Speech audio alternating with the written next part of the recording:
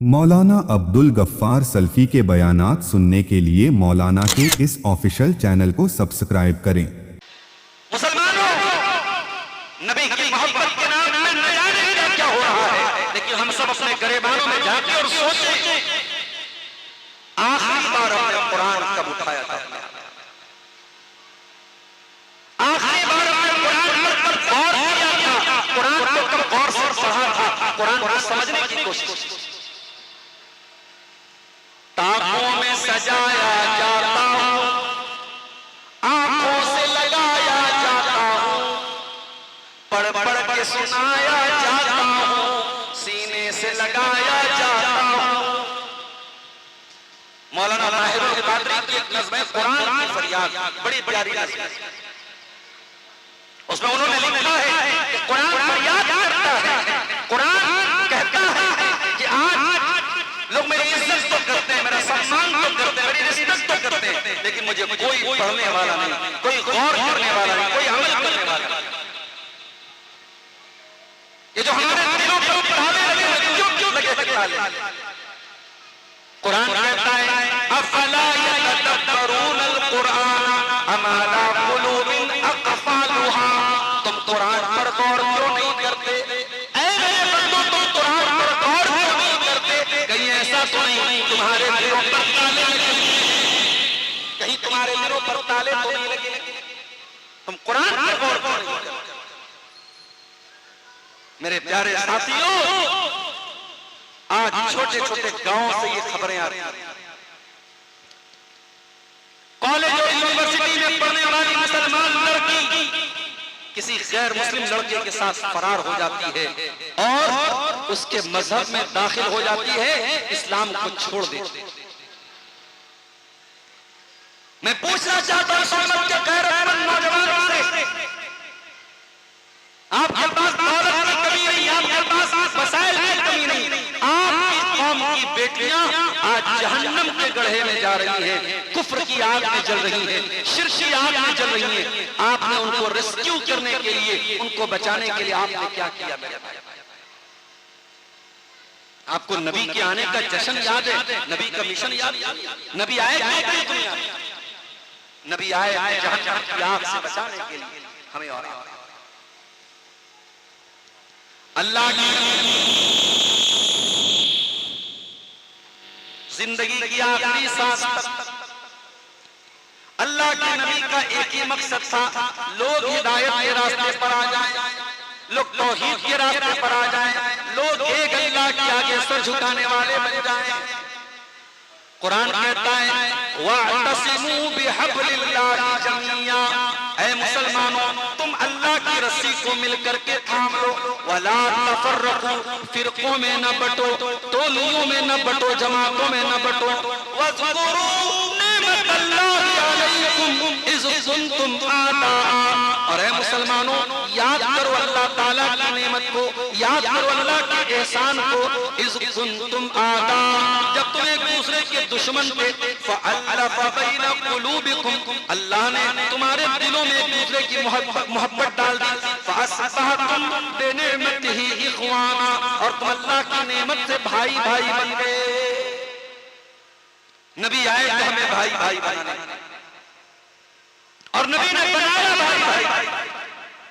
नबी के सहाबा में कोई बरादरीवाद नहीं, कोई जातिवाद नहीं, कोई मसलकवाद नहीं, नबी के सारे सहाबा का एक ही मिशन था, ला इलाहा इल्लल्लाह मुहम्मद रसूलुल्लाह।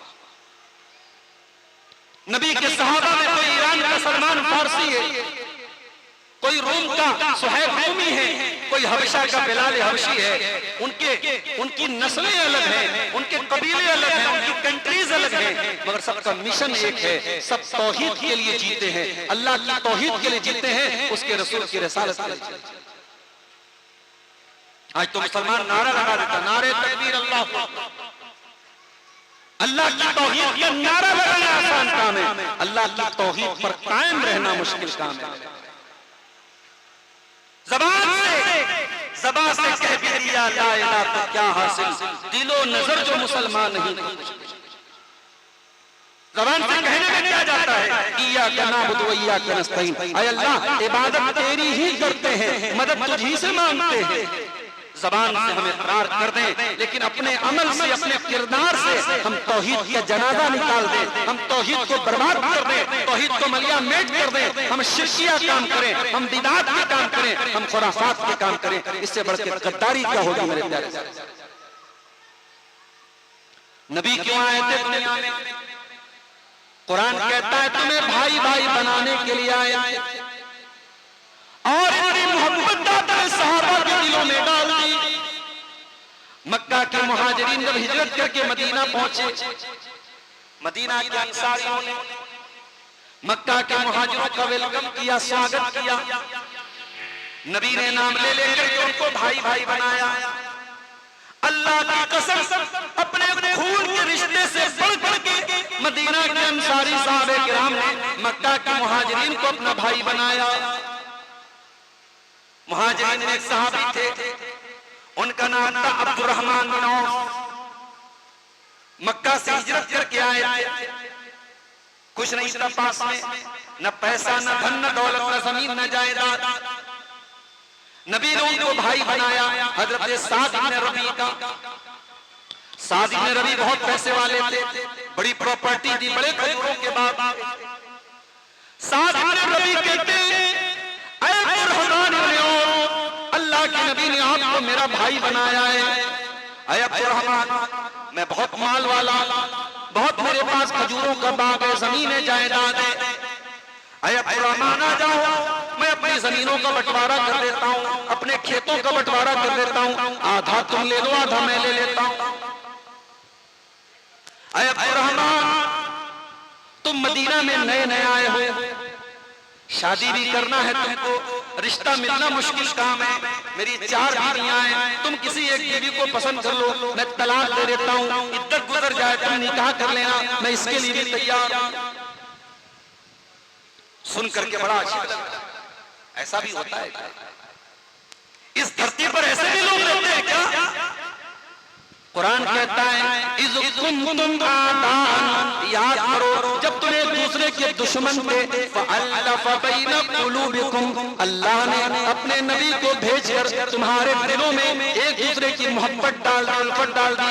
फ़अस्बहतुम बिनिअमतिही इख़वाना, और तुम अल्लाह की नेमत से भाई भाई बन गए।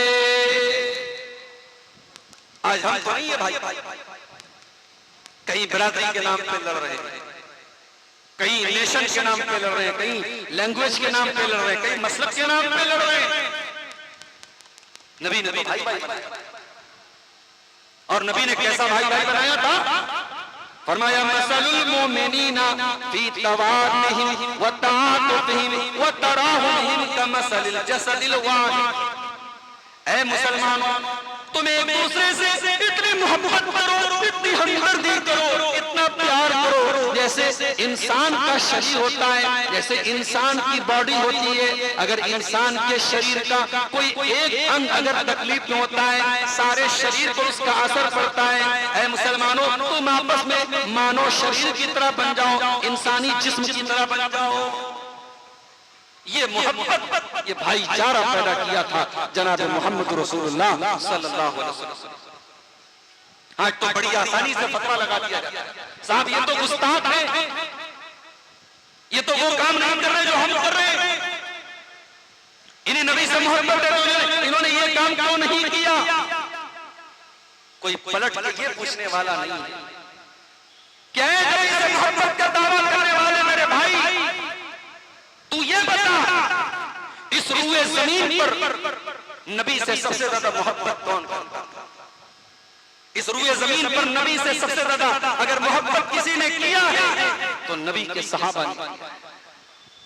और नबी के सहाबा में 4 सहाबा ऐसे हैं जिनको 4 यार कहा जाता है।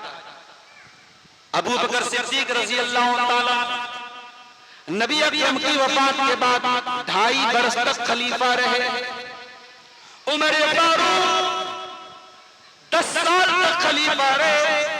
उस्मान गनी 12 साल खलीफा रहे। अली मुर्तजा 5 साल खलीफा रहे। ये नबी के 4 यार थे। नबी के चाहने वाले, नबी के इशारे पर जान देने के लिए तैयार रहने वाले इन चारों नबी के यारों ने, क्या नबी के इन चारों सहाबा ने ये सब कुछ किया है जो आप कर रहे हैं मेरे भाई? फिर ये भी कह दीजिए कि उनको भी नौजुबिल्लाह नबी से मोहब्बत नहीं। नबी से मोहब्बत अगर है तो कुरान ने एक ही फार्मूला बताया, कुल इन कुंतुम तुहिब्बूनल्लाह फत्तबिऊनी युहिब्बुकुमुल्लाह। ऐ नबी आप ऐलान कर दीजिए, ऐ नबी आप बता दीजिए, अगर तुम अल्लाह से मोहब्बत का दावा करते हो तो नबी की इत्तिबा करो, नबी की पैरवी करो, नबी के नक्शे कदम पर चलो। तुम्हारी जिंदगी में सुन्नत होनी चाहिए, तुम्हारी जिंदगी में नबी का तरीका होना चाहिए। एक साहब कहने लगे, मौलवी साहब हमें मालूम है गलत, हमें मालूम है ये सब कुछ जो हो रहा है सही नहीं है, साबित नहीं है, मगर हम अपने दुश्मनों पर अपना रोब जाहिर करने के लिए, अपनी शक्ति प्रदर्शन के लिए, अपनी ताकत जाहिर करने के लिए हमें करना पड़ता है। वाह रे मुसलमान, ऊंट रे ऊंट तेरी कौन सी चल,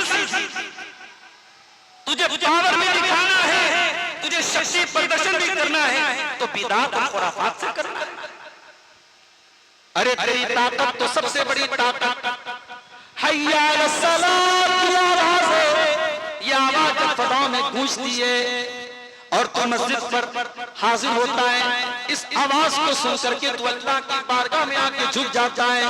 तू अगर पांचों टाइम का नमाजी बन जाए और अल्लाह की बारगाह में पांचों टाइम झुकने वाला बन जाए, इससे बढ़ के तेरी ताकत, तेरा रोब तेरे दुश्मनों पर नहीं होगा। मगर हर चीज की तरह यहां भी मुसलमान को शॉर्टकट चाहिए। उसे नमाज पढ़ना नहीं है, उसे नबी के तरीके पर चलना नहीं है, तो उसने बड़ी आसान चीजों को अपना लिया कि भाई ये कर लो, ये कर लो, ये कर लो, हो गए नबी के चाहने। और जो आपकी बात न माने उस पर फतवा लगा दो, साफ ये गुस्ताख है, ये नबी को नहीं मानेगा। नबी इसलिए तो नहीं आए थे मेरे भाई, नबी आए थे हमें जोड़ने के लिए, नबी आए थे हमें मिलाने के लिए, नबी आए थे हमें भाई भाई भाई। फरमाया वकुंतुम अला शफा हुफ्रतिम मिनन नार। ऐ मुसलमानों याद करो, तुम जहन्नम के गड्ढे के किनारे थे, फअनक़ज़कुम मिनहा। अल्लाह ने अपने नबी को भेजकर तुम्हें जहन्नम से बचा लिया। नबी ने आकर के तुमको जहन्नम से बचाया है, तुमको शिर्क से बचाया है, तुमको गलत कामों से बचाया है। सबका मकसद हमें और आपको जहन्नम से बचाना था मेरे प्यारे। और इसीलिए अल्लाह के नबी फरमाते हैं, बुखारी और मुस्लिम की सही रिवायत है कि ऐ लोगों, मेरी मिसाल और तुम्हारी मिसाल ऐसे है जैसे कोई आग जलाता है, और जैसे ही वो आग जलाता है तो आग के आसपास पतंगे और परवाने आ जाते हैं जो आग में जल जल के मरने लगते हैं। वो आदमी उनको हटाने लगता है, दूर करने लगता है, मगर वो पतंगे मानते नहीं हैं, वो बार बार उस आग में जल जल के मर जाते हैं। अल्लाह के नबी फरमाते हैं, अना आकिज़ुम बिहुजज़िकुम अनिन नार।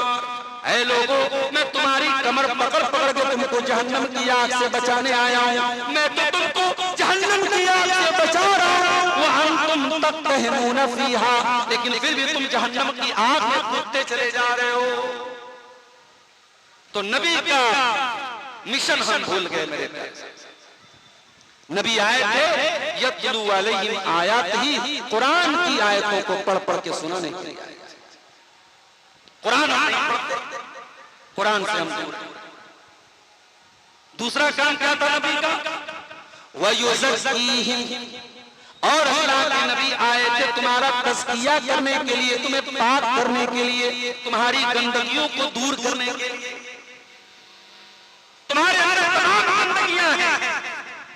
शराब मुसलमान पी रहा है, ज़िना मुसलमान कर रहा है, बेपर्दगी मुसलमान की लड़कियां कर रही हैं, मुर्तद मुसलमान की बेटियां हो रही हैं, दीन की बेसिक नॉलेज से मुसलमान दूर है, सूद का कारोबार मुसलमान कर रहा है, बेटी का हक मुसलमान देने से कतरा रहा है, माँ बाप के साथ गलत सलूक मुसलमान कर रहा है, भाई भाई के साथ जो जुल्म और ज़्यादती कर रहा है मुसलमान कर रहा है। और अल्लामा इक़बाल कहते हैं वज़ा में तुम हो नसारा तो तमद्दुन में हुनूद, ये मुसलमान है जिन्हें देख के शर्माए। हम तो तमाम गंदगियों में डूबे हुए हैं मेरे प्यारे। हमें तो नबी आए थे इन गंदगियों से बचाने के लिए। अल्लाह के नबी जब मक्का में आए, उस दौर के मक्का में कौन सी बुराई थी जो नहीं पाई जाती? मेरी प्यारी मां, उस समाज में लड़की पैदा होती थी, जिंदा जमीन में गाड़ दी जाती थी, मार दी जाती थी। लड़की की जब किसी के घर में लड़की पैदा होती थी, लड़की के बाप का चेहरा काला पड़ जाता था। कुरान कहता है वइज़ा बुश्शिरा अहदुहुम बिल उनसा ज़ल्ल वजहुहु मुस्वद्दन व हुवा कज़ीम यतवारा मिनल कौमि मिन सूइ मा बुश्शिरा बिही अयुमसिकुहु अला हुनिन अम यदुस्सुहु फित तुराब। जिसके घर में लड़की पैदा होती थी, बाप का चेहरा काला पड़ जाता था। बाप सोचने पड़ जाता था क्या करूं? अगर बेटी को पालूंगा समाज में जलील होना पड़ेगा, समाज में अपमानित होना पड़ेगा। और दूसरा रास्ता यह है अपने हाथों से अपनी बेटी का गला दबा के उसे मिट्टी में दफन कर। एक बाप अपनी बेटी को जमीन में गाड़ देता था, दफन कर।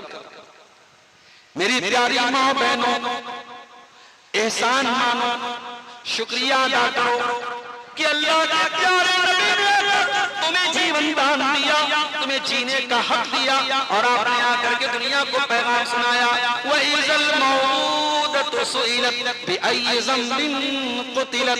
ऐ अपनी बच्चियों को मारने वालों, अपनी बच्चियों को जमीन में गाड़ने वालों, तुमको क़यामत के दिन हिसाब देना पड़ेगा कि तुमने अपनी बच्ची को किस अपराध में मारा था, किस जुर्म में मारा था। और इतना ही नहीं, बेटी की पैदाइश पर अल्लाह के प्यारे नबी ने जन्नत की खुशखबरी दी। आपने फरमाया मनिबतुलिया मिन हाज़िहिल बनाती शैया, जिसको अल्लाह ताला बेटी दे करके आज़माए, जिसके घर में बेटी जन्म ले और इस इम्तिहान में वो खरा उतर जाए, कुन्न लहू सित्रम मिनन नार, वो बेटियां अपने माँ बाप को जहन्नम की आग से बचाएंगी। बेटी अपने माँ बाप को जहन्नम की आग से बचाने का काम करने के लिए आती है। ये तालीम दिया है जनाब मोहम्मद रसूलुल्लाह सल्लल्लाहु अलैहि वसल्लम। मेरे प्यारे साथियों, समाज का कौन सा ऐसा तबका है इस तबके पर नबी का एहसान है? कोई तबका ऐसा है? कुरान कहता है वमा अरसलनाका इल्ला रहमतल लिल आलमीन, ऐ नबी हमने आपको सारी कायनात के लिए रहमत बनाया। मेरे नबी औरतों के लिए भी रहमत, मेरे नबी मर्दों के लिए भी रहमत, मेरे नबी अपनों के लिए भी रहमत, मेरे नबी परायों के लिए भी रहमत, मेरे नबी इंसानों के लिए भी रहमत, मेरे नबी जिन्नात के लिए भी रहमत, मेरे नबी जानवरों के लिए भी रहमत, मेरे नबी जमादात के लिए भी रहमत। अल्लाह के नबी खुतबा देते थे। एक खजूर की लकड़ी का तना था, उसी तने पर खड़े होकर के अल्लाह के नबी खुतबा देते थे। एक औरत जो जुमा की नमाज में आती थी, उसने कहा है अल्लाह के नबी, मेरा बेटा बढ़ई का काम करता है, लकड़ी का काम करता है, मैं चाहता हूं कि आप एक मिंबर तैयार करवा दूं। आप लकड़ी के तने पर खुतबा देते अच्छा नहीं लगता, आपके लिए एक अच्छा सा मिंबर तैयार किया। अगले जुमा को अल्लाह के नबी मस्जिद में आए, लकड़ी का तना कोने में रखा हुआ है और जहां आप खुतबा देते थे वहां एक शानदार मिंबर बना करके तैयार कर दिया गया। अल्लाह के नबी मिंबर पर खड़े हुए खुतबा देते। जैसे ही आप मिंबर पर खड़े हुए और आपने खुतबा देना शुरू किया, बुखारी और मुस्लिम के अल्फाज हैं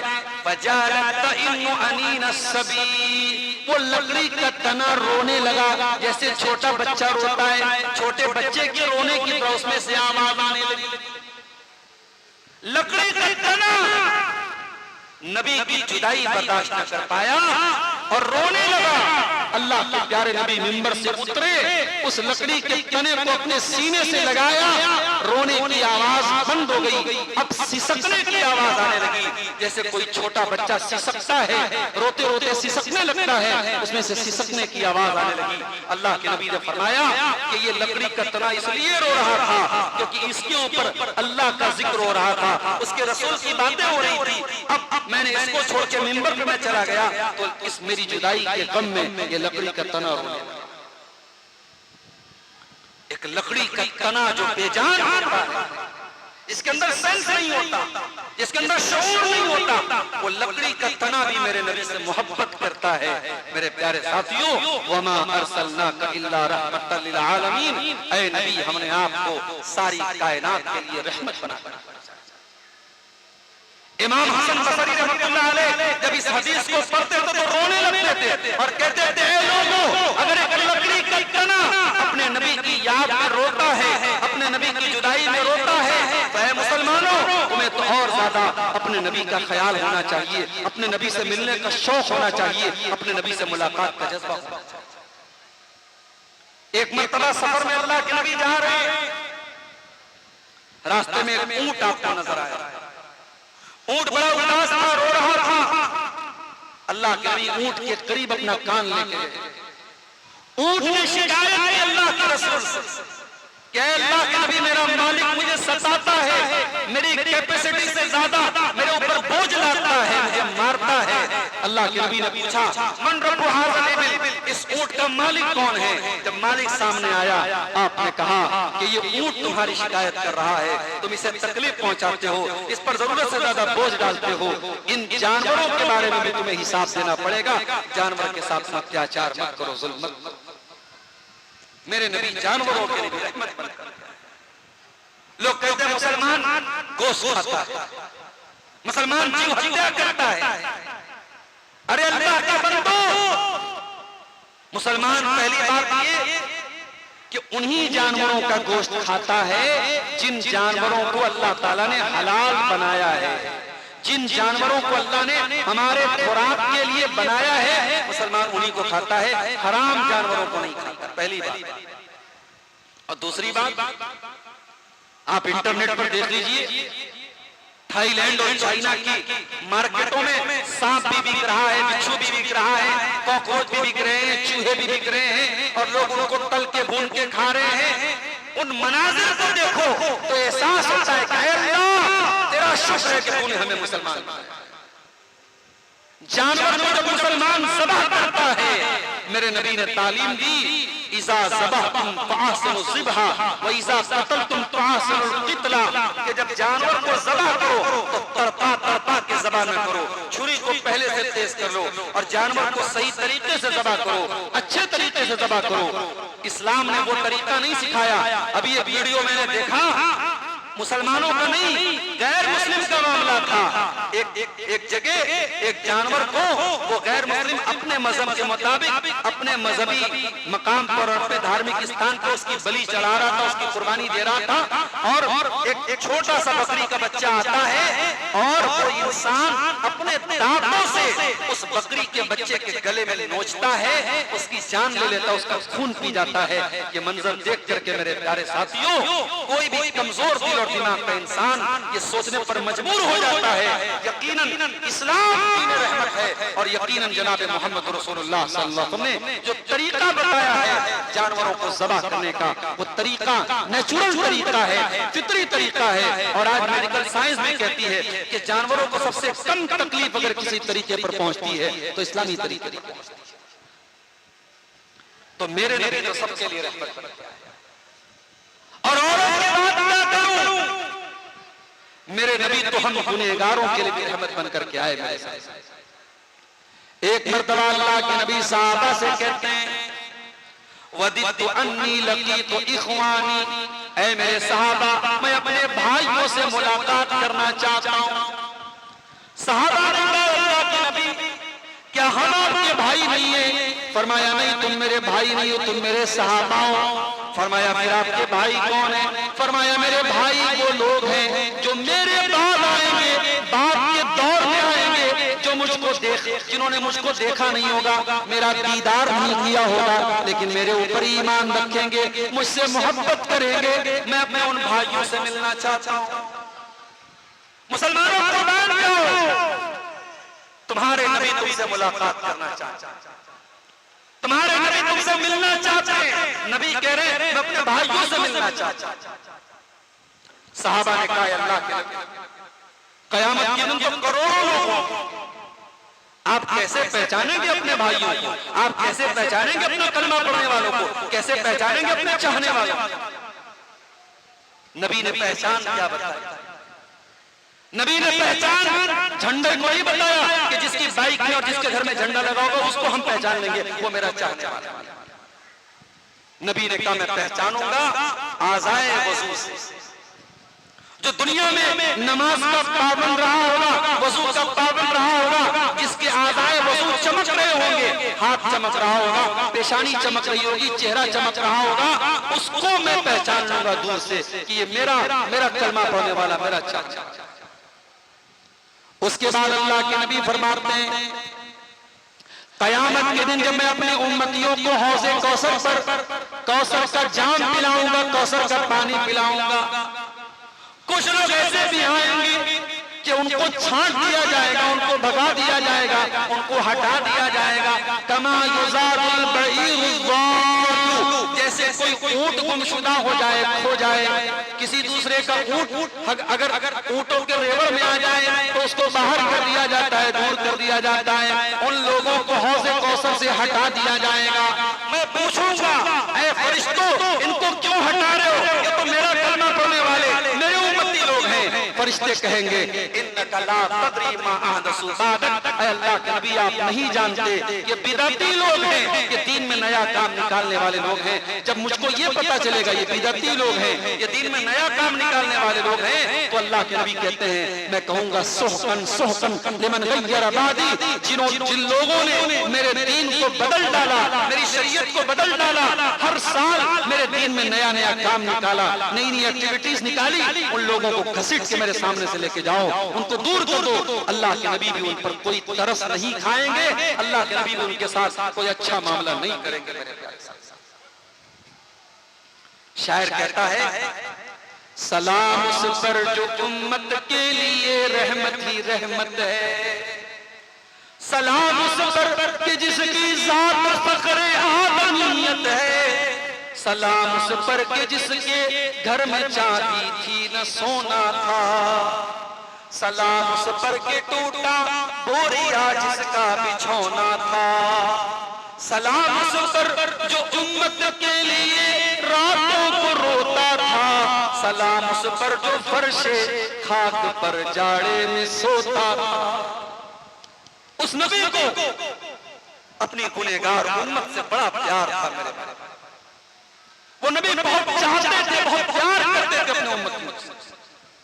एक मर्तबा अल्लाह के नबी कुरान पढ़ रहे थे और कुरान पढ़ते पढ़ते सूरह मायदा की ये आयत अल्लाह के नबी की नजर से गुजरी।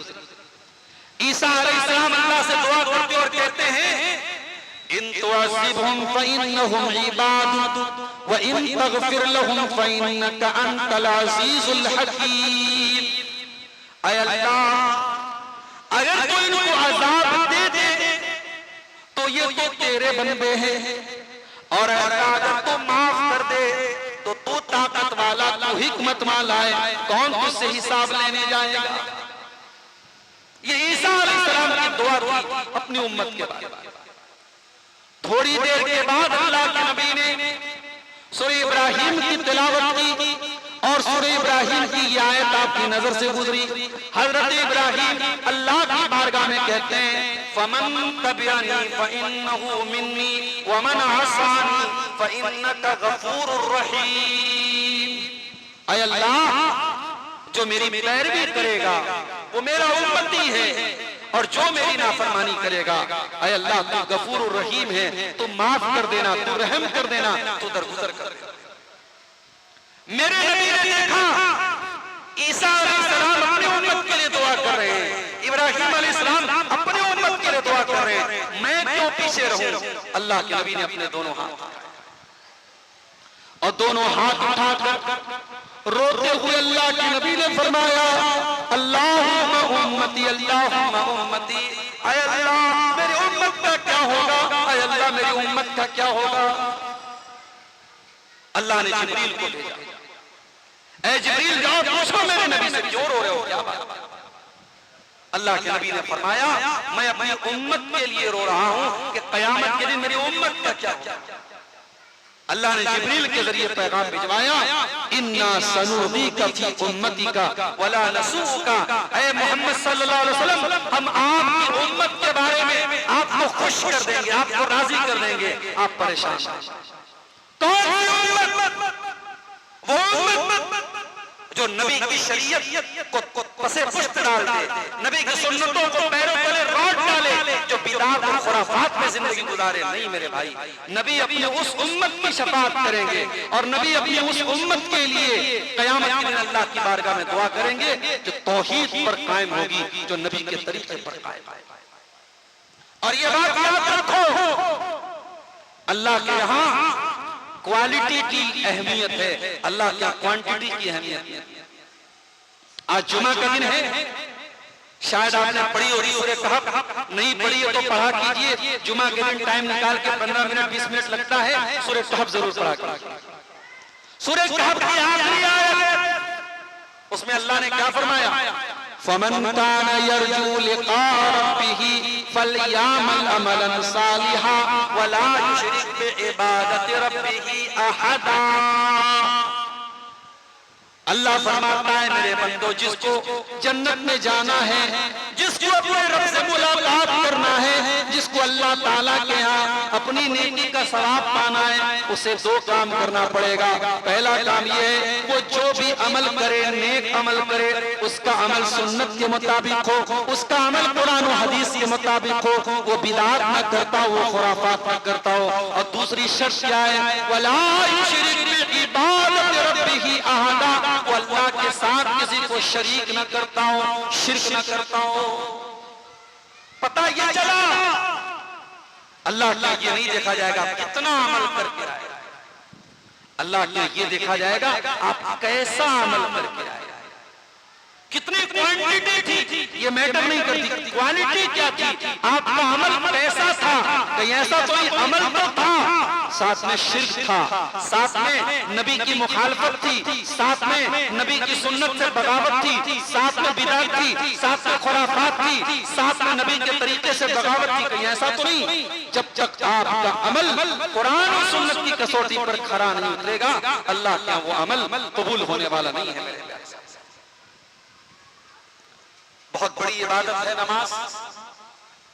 नमाज आप पढ़ते हैं, अगर नमाज के अंदर भी हम सुन्नते रसूल का ख्याल न करें, नबी के तरीके का ख्याल न करें और जैसी तैसी नमाज पढ़ के निकल जाएं, तो ये नमाज हमारे मुंह पर मार दी जाए।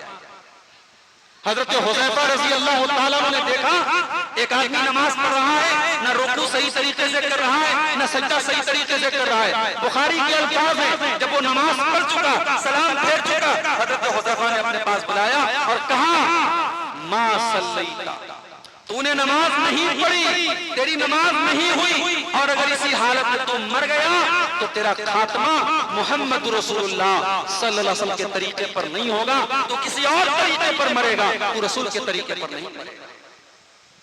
शरीयत हमारी लॉजिक का नाम नहीं, हमारे किसी अमल की कोई दलील पूछे और हम ये कहें कि साहब हमारी किस्मत में लिखा हुआ है, हम ये काम क्यों करते, हमारी किस्मत में लिखा है, हम ये काम क्यों करते, हमारी मोहब्बत का तकाजा है। तो भाई ये दलील नहीं है, दलील कुरान और सुन्नत है, दलील क़ाल अल्लाह और क़ाल रसूलुल्लाह है। अल्लाह ने क्या कहा, रसूलुल्लाह ने क्या कहा।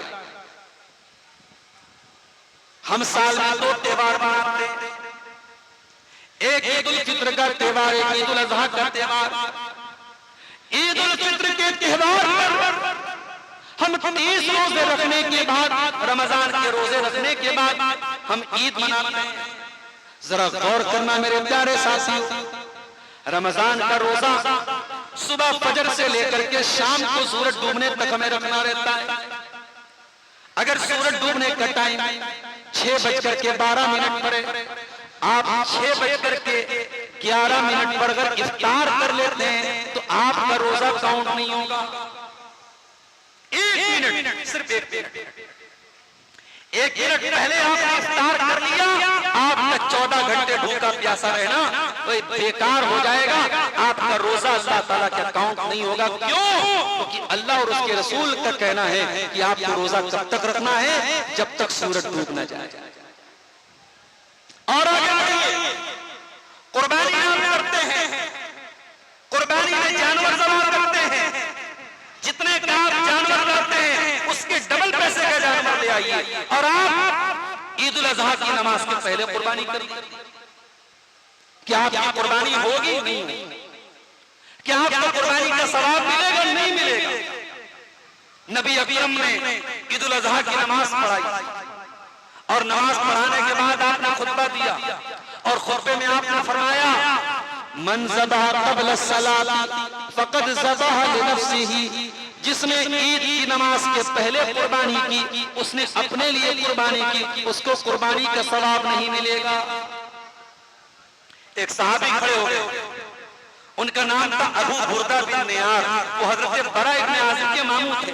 उन्होंने कहा अल्लाह के नबी मुझसे गलती हो गई, मैं कुर्बानी का जानवर लाया और ये सोच करके मैंने कुर्बानी कर दी कि सबसे पहले मदीना में मेरे घर में कुर्बानी हो जाए। ऐ अल्लाह के नबी मैंने कुर्बानी कर लिया और उसके बाद मैं नमाज पढ़ने आया हूँ। ऐ अल्लाह के नबी क्या मेरी कुर्बानी होगी या नहीं? अल्लाह के नबी ने फरमाया ऐ अबू बुर्दा, तूने जो कुर्बानी की है दिल का शातुल रहमीन, तुझे कुर्बानी का गोश्त मिलेगा, कुर्बानी का सवाब नहीं मिलेगा। तुझे बकरे का गोश्त मिलेगा, तुझे सवाब नहीं मिलेगा। क्यों? क्योंकि हमने हुक्म दिया है ईद की नमाज के बाद कुर्बानी करना है, पहले नहीं। ये शरीयत है मेरे प्यारे।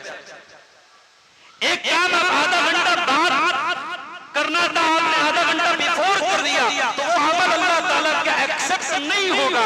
ये हमारी शरीयत है। आज तो पूरे दीन की शक्ल बदल दी गई, पूरे दीन को हमने मनमानी वाला दीन बना। हर महीने के चाँद के साथ एक नई बिदअत जोड़ दी गई, एक नया काम जोड़ दिया गया, एक नई चीज जोड़ दी गई। हमने तो दीन का हुलिया ही बदल डाला, हमने तो दीन की शक्ल ही बदल डाली। और आगे बढ़िए, इस्लाम में बहुत बड़ी इबादत अल्लाह की राह में जिहाद करना है। अल्लाह के नबी एक सहाबी को जिहाद के लिए रवाना करते हैं। सहाबी का नाम था अब्दुल्लाह बिन रवाहा। अल्लाह के प्यारे नबी उनको लश्कर का कमांडर बनाते हैं और कहते हैं अब्दुल्लाह बिन रवाहा जाओ, अल्लाह की राह में तुमको लड़ना है और दुश्मन से जंग करना है। जुमेरात का दिन था। अब्दुल्लाह बिन रवाहा ने सोचा कल जुमा का दिन है, मैं नबी के साथ जुमा की नमाज पढ़ लेता हूँ और जुमा के बाद मैं सफर में निकलता हूँ। मेरे साथी पहले निकल जाएंगे, मैं बाद में जल्दी सफर करके उनके साथ चला जाऊंगा। अगला दिन जुमा का दिन है। हजरत अब्दुल्लाह बिन रवाहा गुस्ल करके नहा धो करके अच्छा कपड़ा पहन करके मस्जिद में आते हैं और नबी के पीछे जुमा की नमाज पढ़ते हैं। जब जुमा की नमाज खत्म हो जाती है, अल्लाह के नबी की नजर पड़ती है। आप कहते हैं ऐ अब्दुल्लाह, मैंने तो तुमको रवाना किया था लश्कर के साथ, तुम यहाँ क्या कर रहे हो? कहा अल्लाह के नबी मैं आपके साथ जुमा की नमाज पाना चाहता था, मैं जुमा की नमाज का सवाब हासिल करना चाहता था, इसलिए मैं कल नहीं गया, मैं आज निकलूंगा, मेरे साथी निकल चुके हैं। अल्लाह के नबी ने फरमाया ऐ अब्दुल्लाह इब्न रवाहा, अगर तू जमीन की सारी दौलत खर्च कर दे मां अदरक का फज़ल गुदवतिहिम, तो जिन सहाबा को मैंने कल रवाना किया था उनको सफर में जो सवाब मिल रहा है वो सवाब तुम्हें नहीं मिल पाएगा। क्यों? क्योंकि जब मैंने कह दिया कि सफर पे निकलना है, जिहाद के लिए जाना है तो जाना है। वमा आताकुमुर रसूल फखुजू, रसूल जो दे दे ले लो, वमा नहाकुम अन्हु फंतहू, और रसूल जिससे मना कर दे। तो शरीयत ये हमारी मनमर्जी का नाम नहीं है मेरे प्यारे साथियों, शरीयत अल्लाह और उसके रसूल की मर्जी का नाम। इमाम मालिक के पास एक आदमी आया, उसने कहा इमाम साहब ये बताइए अल्लाह के नबी ने जब हज किया था तो आपने एहराम कहां से बांधा? इमाम मालिक ने कहा अल्लाह के रसूल सल्लल्लाहु अलैहि वसल्लम ने जो एहराम बांधा था, आपने जुल हुलैफा से एहराम बांधा था। मदीना से 25-30 किलोमीटर की दूरी पर एक जगह है जुल हुलैफा। आज वहां एक शानदार मस्जिद बनी हुई है, और जो लोग मदीना से उम्रा करने या हज करने के लिए जाते हैं तो वहीं पर एहराम बांधते हैं। बहुत शानदार मस्जिद बनी है। अब इस वक्त करंट में उस जगह का नाम अबियार अली है। नबी के दौर में उस जगह का नाम जुल हुलैफा। इमाम मालिक ने कहा नबी ने जुल हुलैफा से एहराम बांधा। उस आदमी ने कहा इमाम साहब मैं चाहता हूं कि मैं नबी की कब्र के पास से एहराम बांधूं, नबी की कब्र के पास से एहराम बांध के मैं मक्का जाऊं। इमाम मालिक ने कहा कि मुझे डर है कि तू बहुत बड़े फितने में पड़ जाएगा, बहुत बड़ी मुसीबत में पड़ जाएगा। उसने कहा इमाम साहब मैं कोई गुनाह का काम तो नहीं कर रहा हूं।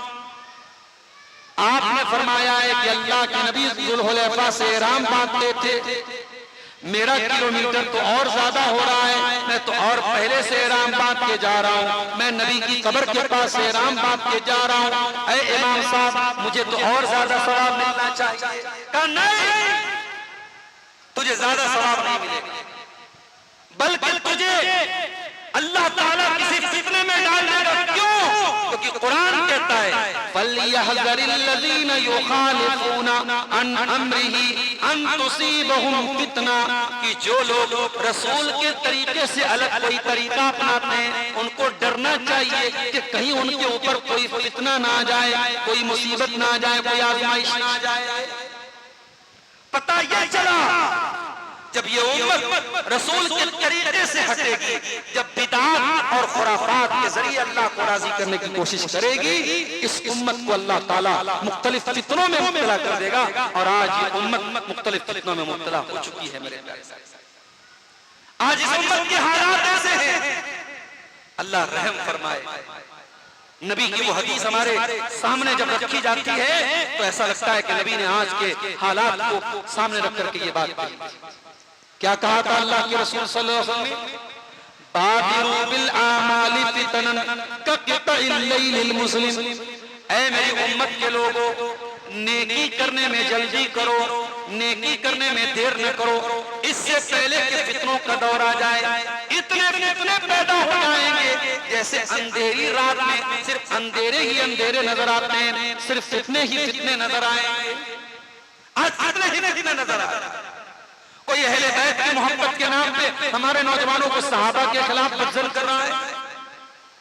कोई अक्ल और लॉजिक के नाम पे हमारे मुसलमान नौजवान को दीन से दूर कर रहा है, उसको मुर्तद बना रहा है, उसको मुल्हिद बना रहा है, उसको एथेइस्ट बना रहा है।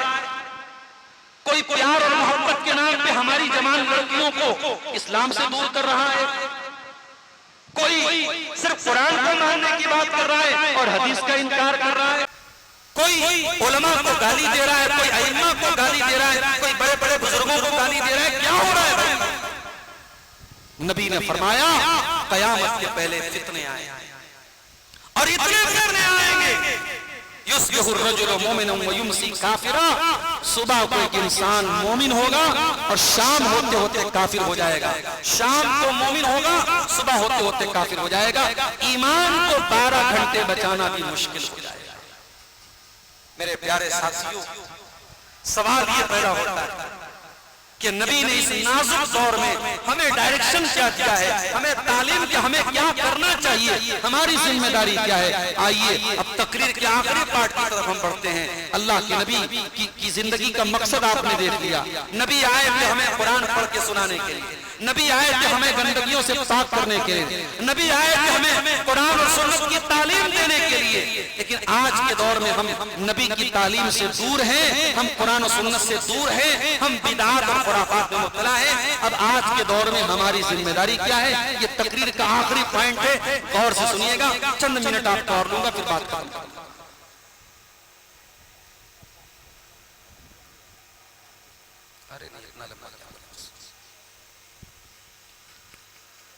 इस दौर में हमारी सबसे पहली जिम्मेदारी, मेरे सामने ये माइक लगा है, ये माइक इसलिए लगा है मेरी बात को दूर तक पहुंचाने। ये माइक अगर ये काम न करे, इस माइक को मैं उठा के किनारे कर दूंगा और माइक मैन को, जो बेचारा आया है, उसको शायद पैसा भी ना मिले कि भाई साहब जो मकसद के लिए आपको बुलाया गया माइक काम ही नहीं कर रहा है। इस माइक का एक मकसद है, वो मकसद अगर माइक पूरा न करे, माइक को हम साइड लगा दें। ये ट्यूबलाइट, ये रोशनी, ये मरकरी जब तक जल रही है तब तक हमारे काम की है। जब ये नहीं जलेगी, काम नहीं करेगी, हम उसको रिप्लेस कर देंगे, उसको चेंज कर देंगे। मुसलमानों, हमारी ड्यूटी क्या थी, हमारा काम क्या था, हम क्यों आए हैं दुनिया में? इस दुनिया में आने का मकसद खाना, कमाना, एंजॉय करना होता तो फिर हमारे बीच में और काफिर के बीच में, हमारे बीच में और मुशरिक के बीच में क्या फर्क है? हमारी जिंदगी का एक मकसद, और वो मकसद क्या है? वमा खलक़तुल जिन्ना वल इंसा इल्ला लियअबुदून। ऐ मेरे बंदो, मैंने जिन्नात को और इंसानों को अपनी इबादत के लिए पैदा किया है। अल्लाह ने हमें पैदा किया है अपनी इबादत। हमारी जिंदगी का एक मिनट अल्लाह की मर्जी के मुताबिक गुजरना चाहिए। और मेरा जुमला नोट कर लो, ये जो हम लोग बोलते हैं ना, ये दीन का मसला है, ये दुनिया का मसला है।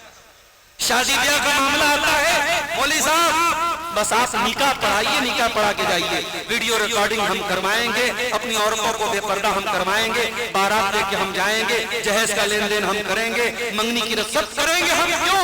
ये हमारी दुनिया का मसला नहीं, ये आपकी दुनिया का मसला नहीं। ये शादी ब्याह भी आपके दीन का मसला है, ये कारोबार भी आपके दीन का मसला है। यहाँ तक कि आप अपनी बीवी से मुलाकात करते हैं, अपनी बीवी के साथ आप जिस्मानी ताल्लुक कायम करते हैं, ये भी आपके दीन का मसला है। इसमें भी अल्लाह के नबी फरमाते हैं, अगर इंसान हलाल तरीके से अपनी शहवत को पूरा करता है, अपने दामन को गुनाह से बचाता है, अपने आप को ज़िना से बचाता है, तो इस काम पर भी अल्लाह ताला उसे सवाब देगा। इसे भी कोई ये न कहे कि ये दुनिया का मसला है, ये दीन का मसला है। हमारी जिंदगी का मकसद अल्लाह को राज़ी करना है। कुल इन्ना सलाती व नुसुकी व महयाया व ममाती लिल्लाहि रब्बिल आलमीन। ऐ नबी, आप कह दीजिए, मेरा जीना अल्लाह के लिए, मेरा मरना अल्लाह के लिए, मेरी नमाज अल्लाह के लिए, मेरी कुर्बानी अल्लाह के लिए। हमारा अल्लाह के लिए क्या है? हम तो 5 टाइम अल्लाह के आगे सर झुकाना भी नहीं चाहते। दुनिया में किसके किसके आगे सर झुकाने को तैयार है? अल्लाह के आगे सर झुकाने को तैयार है। वो एक सजदा जिसे तू गिरा समझता है, 1000 सजदों से देता है आदमी को नजात। ये एक सजदा अल्लाह के सामने करना शुरू कर दो, अल्लाह कहीं और झुकने से आपको बचा लेगा। जिंदगी के मकसद को पहचानो मेरे साथ, ये हमारी पहली रिस्पांसिबिलिटी। हम कारोबार करें, हम बिजनेस करें, हम जॉब करें, हम डॉक्टर बन जाएं, हम इंजीनियर बन जाएं, हम दुनिया के किसी भी कोने में चले जाएं, हम ये न भूलें कि हम मुसलमान हैं। हम ये न भूलें कि हम ये कलमा पढ़ते हैं दुनिया में, ला इलाहा इल्लल्लाह मुहम्मदुर रसूलुल्लाह। ऐ अल्लाह, इबादत करूंगा तो तेरी करूंगा, और तरीका अपनाऊंगा तो रसूल का तरीका अपनाऊंगा। ये कलमा पढ़ते हैं मेरे प्यारे साथियों, इस पर हमें सारी जिंदगी कायम रहना है। ये पहला काम। दूसरा काम क्या करना है? दीन की तालीम खुद भी हासिल करें और अपने बच्चों को दीन की तालीम। आपके गांव में बच्चियों को दीन सिखाने के लिए मदरसा कायम किया जाता है, आप दिलचस्पी नहीं लेते। हम अपनी बच्चियों को आज दुनिया भर की तालीम दिला रहे हैं, हम दीन के नाम पर क्या सिखा रहे हैं बच्चियों? किसी हाफिज जी को बुला करके, किसी मौलवी साहब को बुला करके रट्टू तोते की तरह कुरान पढ़ा दिया, होगी दीनी तालीम? नहीं। अपनी बच्चियों को जब तक हम ये नहीं बताएंगे कि उसे पर्दा करने का हुक्म क्यों दिया गया, इस्लाम में उसकी पोजीशन क्या है, फातिमा ज़हरा कौन थी, आयशा सिद्दीक़ा कौन थी, खदीजतुल कुबरा कौन थी, मरियम बिन्त इमरान कौन थी, आसिया, हजरत आसिया कौन थी, जब तक अपनी बच्चियों को हम ये नहीं बताएंगे, ये मुर्तद होने के वाक़यात नहीं थमेंगे मेरे भाई, ये तूफान नहीं रुकेगा।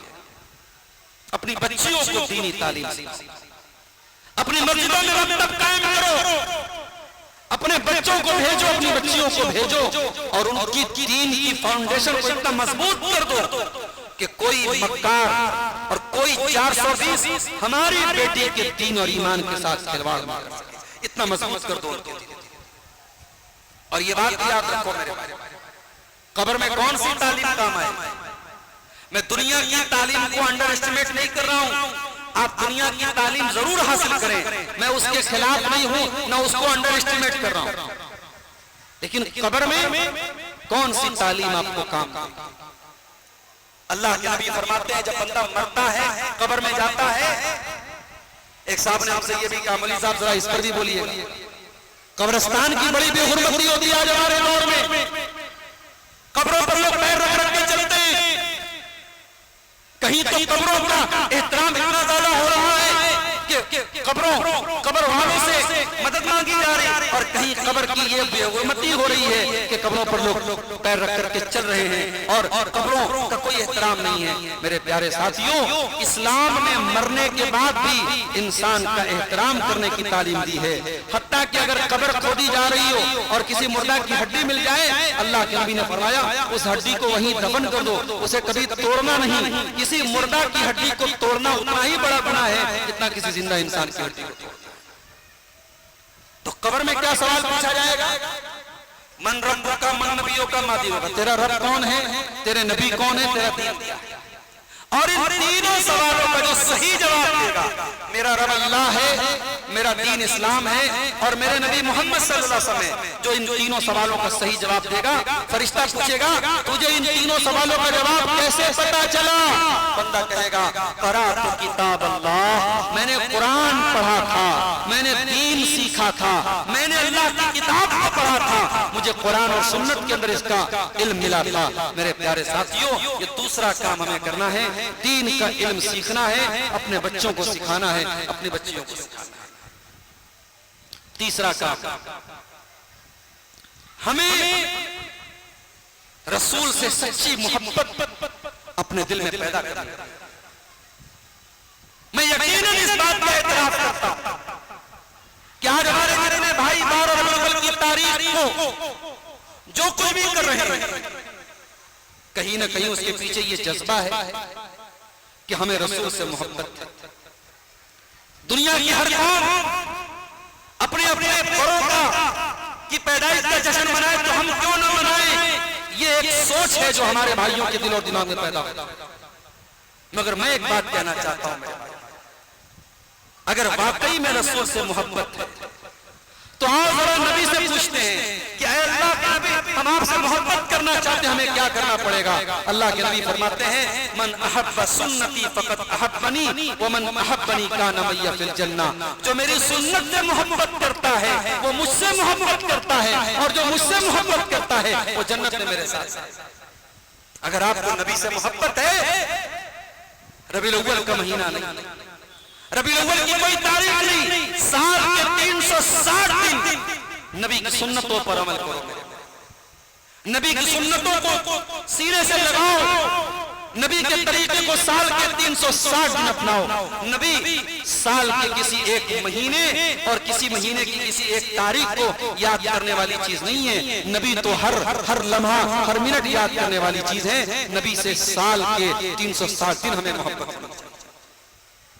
और आगे इस दौर में हमारी एक जिम्मेदारी और भी है, और वो जिम्मेदारी क्या है? इख्तिलाफात हमारे बीच में है, हमारे दरमियान बहुत सारे इख्तिलाफात हैं।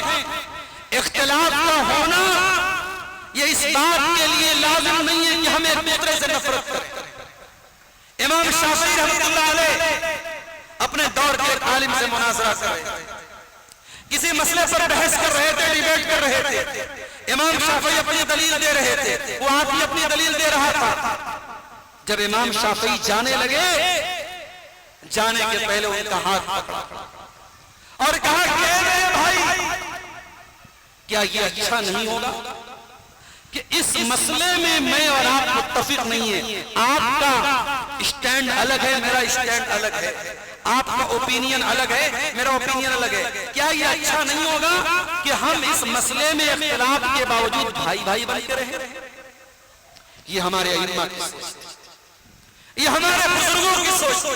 आज हम जरा जरा से इख्तिलाफ की बुनियाद पे इस्लाम से खारिज कर देते, नफरत की दीवारें खड़ी कर देते। नहीं मेरे भाई, इख्तिलाफ है, इसको दूर कीजिए। और दूर कैसे होगा? कुरान ने उसका भी तरीका बताया, वाअतसिमू बिहब्लिल्लाहि जमीआ, अल्लाह की रस्सी को मिलकर के था। अल्लाह की रस्सी क्या है? नबी ने फरमाया, मैं दो चीजें तुम्हारे बीच में छोड़ के जा रहा हूं, एक अल्लाह की किताब और एक मेरी सुन्नत। कुरान और सुन्नत के प्लेटफॉर्म पर मुत्तहिद हो जाओ और कुरान और सुन्नत की रोशनी में अपने मसाइल को हल करो, इंशाअल्लाह उम्मत में इत्तेहाद होगा। और आगे इस दौर में जो उलमा है, और वो उलमा जो कुरान और हदीस के जानकार उलमा, जो कुरान और हदीस की दावत देते हैं, जो कुरान और हदीस को फैलाते हैं, जो कुरान और हदीस को बयान करते हैं, उन उलमा के साथ अपना ताल्लुक मजबूत करो, उलमा से जुड़ के रहो। क्योंकि जब वायरस बहुत ज्यादा फैल जाए तो कौन सी दवा हमारे लिए एंटीवायरस का काम करेगी और कौन सी दवा हमारे लिए जहर बन जाएगी, ये डॉक्टर बताता है। जब फितनों का दौर आ जाए तो उलमा आपको बताएंगे कि कौन सा फितना है जो आपके दीन और ईमान के लिए खतरा है। इसीलिए अल्लाह के नबी ने फरमाया, क़यामत के पहले वो दौर भी आएगा जब अल्लाह ताला दुनिया से उलमा को उठा लेगा, और जब उलमा दुनिया से चले जाएंगे, इत्तखज़न्नास रुऊसन जुहाला, लोग जाहिलों को अपना सरदार बना लेंगे और जाहिलों से फतवा पूछेंगे, और जाहिल जवाब भी देंगे बगैर दलील के, बगैर इल्म के, और खुद भी गुमराह होंगे, दूसरों को भी गुमराह होंगे।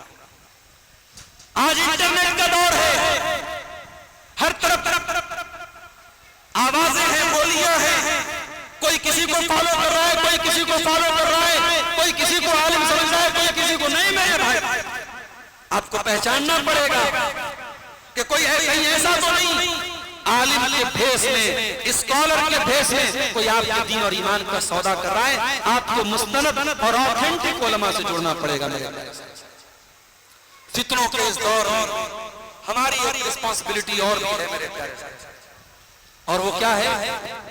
कुल्लुकुम राइन व कुल्लुकुम मस्ऊलुन अन रइयतिही। तुम में से हर इंसान जिम्मेदार है और उसकी जिम्मेदारी का सवाल उससे किया जाएगा।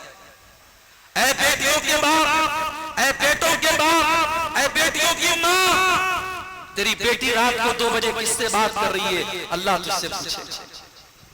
ऐ बेटों के गार्जियन, आपने अपने बेटे की सही टाइम में शादी क्यों नहीं की, अल्लाह पूछे।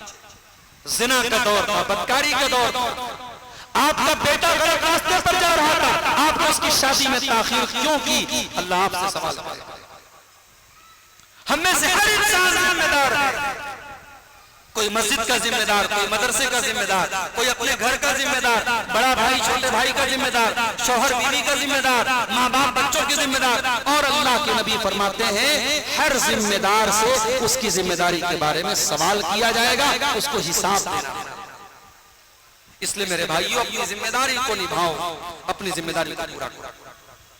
और आखिरी बात, फितनों के इस नाजुक दौर में हमें और आपको एक काम और करना पड़ा, और वो काम क्या है? आज जुमा का दिन है, आज जुमा की नमाज आपने पढ़ी मस्जिद में।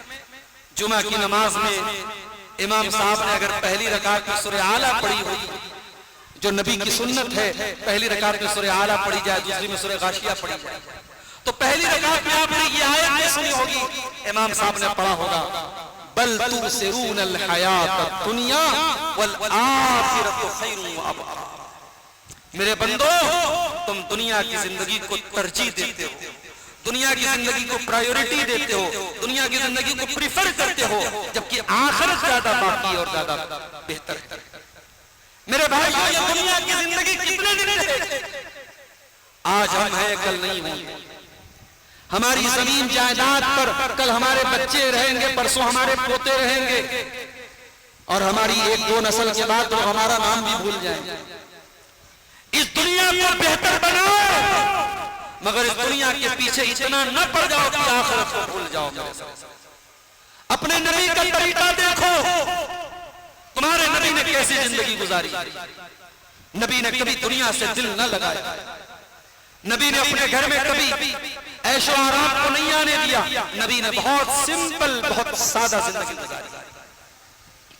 सलाम उस पर के जिसके घर में चांदी थी न सोना था, सलाम उस पर के टूटा बोरिया जिसका बिछौना था। उस नबी ने सोना चांदी इकट्ठा न किया, उस नबी ने जमीन जायदाद इकट्ठा न किया, उस नबी ने आराम में जिंदगी बसर न की। उस नबी को जब आराम में गद्दा पेश किया गया, अय अल्लाह के नबी आप चटाई पर लेटते हैं, आपकी पीठ पे निशान पड़ जाते हैं, अय अल्लाह के नबी हम आपके लिए गद्दे का इंतजाम कर देते हैं, आप आराम से बिस्तर से सोया करें। अल्लाह के नबी क्या फरमाते हैं, ओ लोगों माना इल्ला करा के बिल, मैं तो दुनिया में एक मुसाफिर की तरह हूँ, एक मुसाफिर जो सफर करने निकलता है, किसी पेड़ के नीचे थोड़ी देर आराम करता है, फिर अपनी मंजिल की तरफ चला जाता है। ऐ लोगों, मैं दुनिया में मुस्तकिल नहीं आया, परमानेंट नहीं आया, मैं वक्ती तौर पे आराम करने के लिए आया हूँ। मेरी मंजिल आखिरत है, आखिरत को मंजिल बनाओ मेरे साथ। दुनिया की गर्मी से बचने के लिए एसी लगवाते हो तो सोचो कयामत के दिन की गर्मी से हम कैसे बचें। दुनिया में अंधेरे से बचने के लिए लाइट जलाते हो तो सोचो कि कब्र में अंधेरे से हमें कौन बचाए। दुनिया की परेशानियों से बचने के लिए और अपने बच्चों को बचाने के लिए दुनिया भर का इंतजाम करते हो तो सोचो हमारी औलाद, हमारी बीवी बच्चे जहन्नम की आग से कैसे बचेंगे। इसकी भी चिंता करो, इसकी भी तैयारी करो, इसके लिए भी टाइम दो, इसके लिए भी इन्वेस्टमेंट करो, इसके लिए भी प्लानिंग करो। बल तुसिरूनल हयात दुनिया, कुरान कहता है मेरे बंदो तुम दुनिया को सब कुछ समझते हो, वल आखिरतु खैरुन व अबका, जबकि आखिरत की जिंदगी ज्यादा बेहतर और ज्यादा बाकी है। मेरे प्यारे साथियों, ये चंद बातें मौजूदा दौर और हालात के मुतालिक आपके सामने रखी गई। आखिर में हम अल्लाह ताला से दुआ करते हैं, इलाल आलमीन आज ये मजलिस जो हमने मुनक्किद की है, चंद भाइयों की मेहनत और कोशिश से आज ये दीनी प्रोग्राम जो हमने मुनक्किद किया है, ऐ अल्लाह तू हमारे जमा होने को, हमारे कहने सुनने को अल्लाह तू कबूल फरमा ले। इलाल आलमीन हम खताकार हैं, गुनहगार हैं, लेकिन तेरे आखिरी नबी के उम्मती हैं और तेरी रहमतों के उम्मीदवार हैं। ऐ अल्लाह हमारे गुनाह जितने भी बड़े हो जाएं तेरी रहमत से बड़े नहीं हैं। ऐ अल्लाह हम गुनहगारों को अपनी रहमत के साए में ढांप ले, अपनी रहमत के साए में हम गुनहगारों को तू ऐ अल्लाह जगह अता फरमा। ऐ अल्लाह हमारे जो भाई आज नबी से मोहब्बत करते हैं मगर इस मोहब्बत के नाम पर शैतान ने उनको गलत ट्रैक पे डाल दिया है, वो सुन्नत के जरिए नहीं बिदात के जरिए नबी की मोहब्बत को जिंदा करना चाहते हैं। ऐ अल्लाह तू हमारे उन भाइयों को सही समझ अता फरमा, उन्हें मोहब्बत रसूल का मतलब समझने की तौफीक अता फरमा। ऐ अल्लाह उन्हें अपने नबी की सच्ची इत्तिबा करने की तौफीक अता फरमा। ऐ अल्लाह हमें से जो बीमार हैं तो उनको शिफाए कामिला आजिला अता फरमा, जो रोजगार से परेशान हैं ऐ अल्लाह उनके कारोबार में बरकत नसीब फरमा। ऐ अल्लाह हमारी माँ बहनों को इस्लामी पर्दे का पाबंद बना दे, शर्म हया का पाबंद बना दे, उनको हजरत फातिमा जहरा, हजरत आयशा सिद्दीका के नक्शे कदम पे चलने वाला बना दे। ऐ अल्लाह हमारे नौजवानों की हिफाजत फरमा, हमारे नौजवानों को हर किस्म की बेराहरवी से, हर किस्म की बदअखलाकी से इनकी हिफाजत फरमा। ऐ अल्लाह जब तक हम जिंदा रहे तौहीद पर जिंदा रहे, तेरे नबी की सुन्नतों पर जिंदा रहे, और अल्लाह जब खात्मा हो तो ला इलाहा इल्लल्लाह मुहम्मद रसूलुल्लाह पर हमारा खात्मा हो। आमीन। रब्बना तक़ब्बल मिन्ना इन्नका अंतस समीउल अलीम व तुब अलैना इन्नका अंतत तव्वाबुर रहीम व सल्लल्लाहु तआला अला नबियिना मुहम्मद व अला आलिहि व सहबिहि अजमईन। वस्सलामु अलैकुम व रहमतुल्लाहि व बरकातुहू।